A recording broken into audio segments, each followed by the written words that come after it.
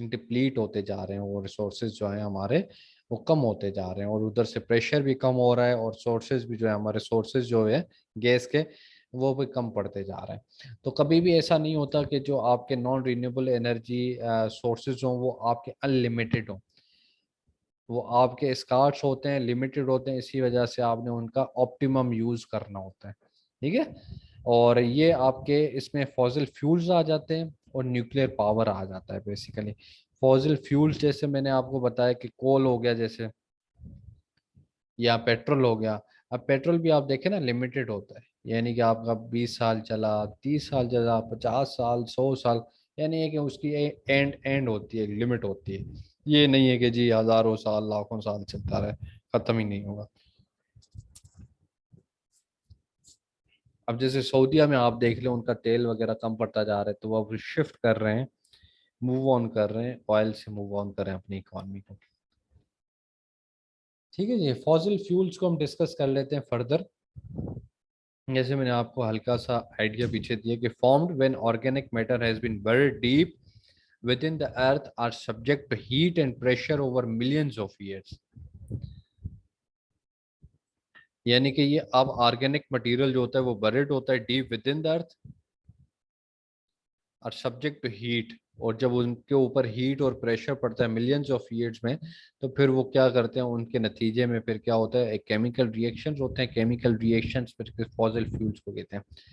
एक कॉन्सेप्ट है, scientific theory है कि डायनासोर से पहले जितने भी ऑर्गेनिक मटेरियल्स थे, या डायनासोर्स देमसेल्व्स, वो जब वो ऑर्गेनिक मटेरियल था वो बरिड हो गया डीप इनसाइड द अर्थ, तो उसने रिजल्ट किया इन फॉसिल फ्यूल्स को। उनके वो हजारों साल लाखों साल केमिकल रिएक्शंस होते रहे, और उन केमिकल रिएक्शन की वजह से फिर क्या हुआ है, फॉसिल फ्यूल्स ने जन्म दिया है। यानी कि कुछ कन्वर्ट हो गए कोल में, कुछ कन्वर्ट हो गए गैस में, कुछ कन्वर्ट हो गए कुछ कन्वर्ट हो गए जी अपना पेट्रोल पेट्रोलियम प्रोडक्ट्स वगैरह में। ठीक है। अब आ जाते हैं हम यूजेस ऑफ फॉसिल फ्यूल्स क्या होते हैं। तो इनका फर्स्ट ऑफ ऑल जो दुनिया में यूज़ किया जाता है वो तो है जी एनर्जी। और इनका प्राइमरी एनर्जी का हमारा जो प्राइमरी सोर्स रहा है आज तक, इवन तो आज तक, हालांकि हम alternate energy, alternative resources of energy पे भी मूव ऑन कर रहे हैं, मगर आज भी हमारा जो major contributant towards the production of electricity है वो है हमारा फॉसिल फ्यूल्स, या हमारे जो जेट में होते हैं, जेट जिस पे हमें चलते हैं, जहाज वगैरह चलते रहते हैं, या फिर और हमारी ट्रांसपोर्टेशन है, वो सारी हमारी किस पे फॉसिल फ्यूल्स पे चलती हैं। रेलवेज हमारे फॉसिल फ्यूल्स पे चलते रहते हैं। ठीक है। तो इनके हम एडवांटेजेस को देख लेते हैं कि it is a cheap energy generation in large amount. तो सबसे पहले तो ये होता है कि ये जो एनर्जी जनरेशन तो हो रही है ठीक है, मगर वो काफ़ी हद तक चीप होती है। यानी कोल आज जो है वो हमारे लिए बहुत ही बिल्कुल ही एक चीप एनर्जी है, सस्ती पड़ती है हमें। इसके लिए हमें ये नहीं होता कि सोलर प्लेट्स लगाएं और उनकी इंस्टॉलेशंस करें ये वो, और ये एक दफ़ा लगे तो इनकी लाइफ भी क्या होती है, बहुत बड़ी लाइफ होती है। तो इजी टू वो होते हैं, easy to use and find, आपके लिए अवेलेबल है। कोल जियोलॉजिकल इंटरवेंशंस या टेक्नोलॉजिकल मूवमेंट्स इतनी हो गई हैं जिससे आप इजीली उसको फाइंड भी कर सकते हैं और यूज़ भी कर सकते हैं। आप इजीली पावर प्लांट्स भी लगा सकते हैं। इंडस्ट्रियल प्रोडक्शन में इनका बड़ा हाथ है। अब ये आपने सुना होगा इंडस्ट्रियल रेवोल्यूशन। इंडस्ट्रियल रेवोल्यूशन क्यों स्टार्ट हुआ, कैसे स्टार्ट हुआ, उसका जो बेक था, यानी कि जो उसकी इंडस्ट्रियल रेवोल्यूशन की जो इंजन थी, that was based on the fossil fuels. The discovery of petrochemical, discovery of coal give birth to the industrial revolution. ठीक हो गया जी। तो इंडस्ट्रियल रेवोल्यूशन के बाद फिर क्या हुआ, स्टीम इंजन फर्स्ट इनोवेशन थी। स्टीम इंजन से फिर क्या हुआ, आपकी कम्युनिकेशन बहुत, ट्रांसपोर्टेशन बहुत इजी हो गई, गुड्स एक जगह से दूसरी जगह ट्रांसपोर्ट करना इजी हो गया। तो इस वजह से क्या हुआ, हमारे जो एक्सपोर्ट्स एंड इंपोर्ट्स यानी कि जो हमारा ट्रेड था ओवरऑल वो बढ़ता ही चला गया। जब ट्रेड बढ़ता चला गया तो ऐसा ऐसा इनोवेशंस और बढ़ती गई, फ्लो ऑफ नॉलेज भी उसके तहत बढ़ता गया, ग्लोबलाइजेशन फिर आ गई, ग्लोबलाइजेशन का दौर होता गया। तो base was the fossil fuels. ठीक है। तो उसने हमारी इंडस्ट्रियल प्रोडक्शन को बहुत तेज करती है। आज भी अगर आप टेक्सटाइल इंडस्ट्री पे चले जाएं तो उसको ह्यूज गैस चाहिए होती है, ह्यूज इलेक्ट्रिसिटी चाहिए होती है, तो वो फॉसिल फ्यूल से ही यानी कि करते हैं, पूरी करते हैं। अब आ जाते हैं इसके डिसएडवांटेजेस ऑफ फॉसिल फ्यूल्स क्या होते हैं। सबसे बड़ा मेन और जो कंसर्न है आज का वो है ग्लोबल वार्मिंग। क्योंकि इन फॉसिल फ्यूल से क्या होता है, कार्बन डाइऑक्साइड एटमॉस्फेयर में आपकी जाती है, और जैसे मैंने आपको पिछले पीछे कॉन्सेप्ट एक्सप्लेन किया कि उससे क्या होगा फिर, कार्बन डाइऑक्साइड जब होती है तो फिर वो एटमॉस्फेयर को हार्म करती है, ग्रीन हाउस गैस इफेक्ट जो मैं आपको बता चुका हूँ। उसकी वजह से ग्लोबल टेम्परेचर राइज करते हैं, ग्लोबल टेम्परेचर राइज कर रहे हैं तो फिर एक्सट्रीम नेचुरल हैजर्ड जो हमने प्रीवियसली डिस्कस किए वो जन्म लेता है। फिर ये it produces sulphur dioxide that causes rain acid. ठीक है, अल्टीमेटली फिर ये आपका इन्वायरमेंट रिलेटेड इशू है। रेन एसिड हो गए, रेन एसिड से आपकी डेथ भी कॉज हो जाती हैं। ठीक है, और बहुत सारी बीमारियां भी जन्म लेती हैं। एंड देन एक्सट्रैक्टिंग कोल, जब आप कोल यानी कि निकालते हो तो वो क्या होता है, काफ़ी जगहों पे तो सेफ्टी मेजर्स भी नहीं है। जैसे पाकिस्तान में जब आप कोल एक्सट्रैक्ट करते हो तो जो सेफ्टी प्रिकॉशंस आपको होनी चाहिए मजदूरों के लिए, या उन जगहों पे जो लेबर सेफ्टी होनी चाहिए वो नहीं है। तो आपने सुना होगा हर साल तकरीबन जो है किसी ना किसी कोयले की कान में अमवात हो जाती हैं, शहीद हो जाते हैं हमारे लड़के। तो ये इशू पिछले साल भी बड़ा हाईलाइट हुआ था, जो हज़ारा कम्युनिटी का इशू था बेसिकली। तो खैर, तो ये हजार्डस टू लाइफ है काफ़ी, उसकी जो एक्सट्रैक्शन है।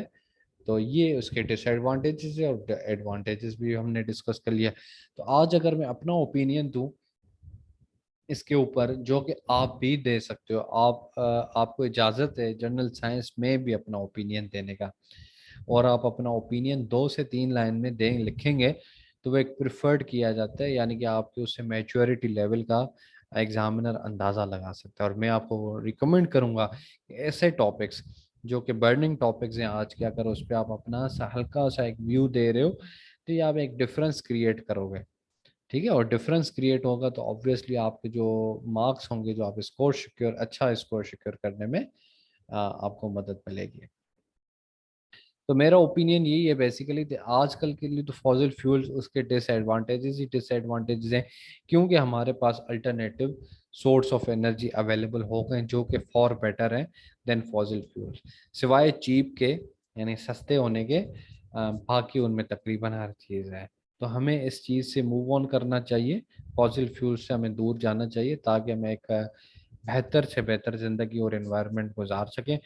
Pakistan is the fifth most affected country in terms of climate. तो पाकिस्तान को ही इसके रिपरक्यूशंस और इम्प्लीकेशन फेस करनी है। तो हमें होना चाहिए कि फॉसिल फ्यूल से जितना दूर हो सके हम चलें। मगर अनफॉर्चुनेटली पाकिस्तान इस दौर में जबकि दुनिया शिफ्ट कर रही है अल्टरनेटिव सोर्सेज ऑफ एनर्जी पे, पाकिस्तान नए कोल प्लांट्स लगा रहा है और वो चीज़ इंपोर्ट कर रहा है। So this is a policy blunder. अच्छा जी, फिर दूसरा सोर्स जो हमने डिस्कस करना है अपना नॉन रीन्यूएबल एनर्जी सोर्स का, वो है आपका न्यूक्लियर एनर्जी। अब न्यूक्लियर क्या होता है, basically nuclear energy, it it is a low enriched uranium two produce electricity through a process called fission. अब फिजन क्या होता है, जिसको आप न्यूक्लियर फिजन भी कहते हो या फिजन सिंपली कह दो आप, it is a splitting of uranium atoms in a nuclear reactor. Uranium basically आपका एक एलिमेंट है जो आपने पीरियोडिक टेबल में भी पढ़ा होगा। तो ये क्या होता है, इनके एटम्स जब आप इसको प्रोसेस करते हो, जब वो स्प्लिट होते हैं बिटवीन डिफरेंट एंटिटीज, तो फिर वो न्यूक्लियर रिएक्टर की तरह काम करता है, यानी कि उसको न्यूक्लियर रिएक्टर को काम करने में हेल्प आउट कर सकता है। ऐसे ही ये पिक्चर मैंने आपके लिए रखी हुई थी ये पूरा प्रोसेस है न्यूक्लियर, उसका रिएक्टर कैसे काम करता है, how nuclear power is produced and how it is transformed into the energy, and at the end we are receiving electricity. तो यहाँ पे अगर ये आप देखेंगे तो यहाँ पे बेसिकली क्या हो रहा है, हमने इधर न्यूक्लियर जो यूरेनियम इनरिचमेंट है वो करके फिर हम इसमें डाल रहे हैं। देन आपका इधर डिफरेंट प्रोसेस है जिससे आपका कंडेंसेशन हो रही है, टरबाइन्स हैं जो कि मूव ऑन कर रही है, एक पूरा प्रोसेस है। तो बेसिकली हमने क्या होता है इसमें आपको समझने की चीज़ दो है बेसिकली। एक तो आपने फिजन का प्रोसेस समझना है, सेकंड आपका लो एनरिच यूरेनियम। न्यूक्लियर पावर में क्या होता है, लो एनरिच्ड यूरेनियम यूज होती है टू प्रोड्यूस इलेक्ट्रिसिटी। अब हाई एनरिच यूरेनियम क्या होती है, वो जब आप वो फिर उससे इलेक्ट्रिसिटी नहीं बनती, उससे बहुत ही खतरनाक चीज़ बनती है जिसको हम एटॉमिक बम कहते हैं, या न्यूक्लियर वॉरहेड्स जिसको न्यूक्लियर बॉम्ब कहते हैं, ठीक है। तो जितना आप यूरेनियम को इनरिच करोगे उतना ही आपके लिए डिफरेंट, अब उस डिटेल में हम नहीं जा रहे। तो मिनिमम 20% यूरेनियम एनरिचमेंट अलाउ होती है for the peaceful purpose and for the production of electricity, ठीक है। अच्छा, आप इसकी अंदाज़ा लगा सकते हो कि यूरेनियम कितना स्ट्रॉन्ग है या कितना खतरनाक है या कितना मुफीद है। तो जो एक यूरेनियम पैलेट होती है, पैलेट होता है बेसिकली, जैसे नहीं छोटे छोटे से वो होते हैं, जरे होते हैं पेंसिल इरेजर की तरह, जो होता है उतनी उसकी साइज होती है। वो बराबर किसके होता है, 1 टन ऑफ कोल के उसके बराबर होता है एनर्जी जो होती है उसमें। और 3 बैरल्स ऑफ या 3 बैरल्स ऑफ ऑयल या 17,000 cubic feet of natural science, and it can give you power generation capacity up to 5 years। क्या समझ रहे हैं, यानी कि इतनी सी उसमें क्या होती है, पावर होती है। तो आप अंदाज़ा लगा लें, अगर कल को ये हाई एनरिचमेंट होती है न्यूक्लियर पावर में जैसे होता है सिस्टम, तो दुनिया के लिए बहुत तबाह होने में। तो इसका हम अच्छा पीसफुल यूज़ करती है दुनिया इसको, और इसको आप समझने, इसके एडवांटेजेस आपने समझ लेने और डिसएडवांटेजेस। एडवांटेजेस क्या है बेसिकली कि ये वो फॉसिल फ्यूल्स की तरह इतना हार्मफुल नहीं है इन्वायरमेंट के लिए। इन्वायरमेंट के लिए हार्मफुल है, मगर अगर उस चीज़ का ख्याल रखा जाए जो कि मैं आगे डिस्कस कर रहा हूँ, उसका ख्याल रखा जाए तो फिर वो इन्वायरमेंट फ्रेंडली है। यानी कि इसमें वो कार्बन डाइऑक्साइड गैसेस रिलीज नहीं होती, कंबस्शन बाय प्रोडक्ट नहीं होती, ग्रीन हाउस गैस इफेक्ट नहीं होता। ग्रीन हाउस गैस इफेक्ट नहीं होता तो आपका एटमॉस्फेयर सेफ रहता है। तो एक इन्वायरमेंट फ्रेंडली एक्टिविटी है to produce the electricity. Currently statistics क्या है कि वर्ल्ड एनर्जी, जो ओवरऑल दुनिया में एनर्जी कंजप्शन हो रही है, पावर जनरेशन हो रही है, उसका जो 12% है न्यूक्लियर एड ऑन कर रहा है या न्यूक्लियर कंट्रीब्यूट कर रहा है। इसका थर्ड एडवांटेज क्या है कि इसकी जो मेंटेनेंस कॉस्ट है वो बहुत कम है। इसकी इंस्टॉलेशन का हद से ज़्यादा है। सबसे ज़्यादा महंगे जितने भी हमारे पास सोर्सेज हैं, सबसे ज़्यादा महंगा हमारा न्यूक्लियर पावर रिएक्टर है। मगर इसकी लो मेंटेनेंस कॉस्ट क्या है, लो है, जो कि ऑटो हो जाती है मेंटेनेंस मोस्टली केसेस में। और it reduces mining and transportation cost on environment. Fossil fuels में क्या था, पहले आप कोल माइन करो देन आप पावर प्लांट तक पहुंचाओ, तो ये आपकी एक तो माइनिंग कॉस्ट हो गई, देन ट्रांसपोर्टेशन कॉस्ट हो गई। नहीं, इसमें आप क्या कर रहे हो, उधर ही आपने पावर प्लांट किया, बनाया, उधर ही आपने यानी कि सारी एक्टिविटीज कर ली, तो आपकी जो माइनिंग से जो आपकी जानें जा रही थी वो भी बच जाती हैं और ट्रांसपोर्टेशन कॉस्ट भी बच जाती है, ठीक है। और इसका फिर फिफ्थ एडवांटेज ये होता है कि इसकी जो पावर स्टेशन होती हैं वो साला साल चलती हैं। हमारे पास जो पहला पावर प्लांट था न्यूक्लियर वो था कैनप, जो कि कराची में है, और उसका नाम भी ऐसे ही, कराची न्यूक्लियर पावर प्लांट, इसी तरह से उसका कोई फुल फॉर्म है। अब तो खैर बन गए, मियाँ वाली में बन गए चश्मा पावर प्लांट 1, चश्मा पावर प्लांट 2। तो पहला जो कैनप था हमारा वो with the help of Canada बना था। ये भी मैं आपको इन्फॉर्मेशन दे दूं। ये आपकी पाकिस्तान अफेयर्स का वैसे तो एमसीक्यूज में आ सकती है ये चीज़। पहला हमारा कैनप था, फिर वो कनाडा की मदद से हमने बनाया। देन आपका फिर वो इंडिया ने जब 1974 में पीसफुल एक्सप्लोजन किया न्यूक्लियर का, तो कनाडा भी उधर से हाथ निकाल के भाग गया। फिर हमने खुद अपनी मदद आप तक उस चीज़ को चलाया with the help of Chinese. अभी जो चश्मा प्लांट्स हैं वो with the help of Chinese बन रहे हैं। 2-3 मेरे ख्याल में बन गए हैं, अभी पावर प्लांट 4 बन रहा है या 3 बन रहा है। तो ये आपकी जो पावर स्टेशन, अब वो बना था 1970s में, वो आज तकरीबन 50 साल से ऊपर चला गया, तो उसकी लाइफ अभी तक है। तो इसी वजह से मैंने कहा कि long life of power station है, जो कि एडवांटेज है। डिसएडवांटेज इसमें आप ये देख लो कि waste is radioactive and safe disposal is very expensive. अब जैसे मैंने आपको बताया कि ये वैसे तो इन्वायरमेंट फ्रेंडली है, मगर इसका जो वेस्ट होता है वो रेडियो एक्टिव होता है, यानी कि रेडियो एक्टिव वेव्स में होता है, रेडिएशंस वगैरह होती हैं, जिसको आपने सही से डिस्पोजल करना होता है, मगर जो डिस्पोजल है उसका वो बड़ा एक्सपेंसिव है। तो इस चीज़ में ये एक इसका डिसएडवांटेज है। अगर उसको हम सही से डिस्पोजल नहीं कर रहे और रेडियो एक्टिव वेव्स वो इन्वायरमेंट में आ गए तो फिर वो हजार्डस होंगे टू हेल्थ। अच्छा, ये एक्सपेंसिव टू स्टार्ट होता है, डिफिकल्ट टू ऑपरेट होता है। इसके लिए आपको इन्वेस्टमेंट बहुत ज़्यादा चाहिए होती है और टेक्निकल ट्रीटमेंट बहुत ज़्यादा चाहिए होती है। तो ये एक, यानी कि हर कंट्री इसको नहीं बना सकता। सबसे पहले तो पैसा, देन फिर एक्सपर्टीज़ की भी आपकी ज़रूरत है।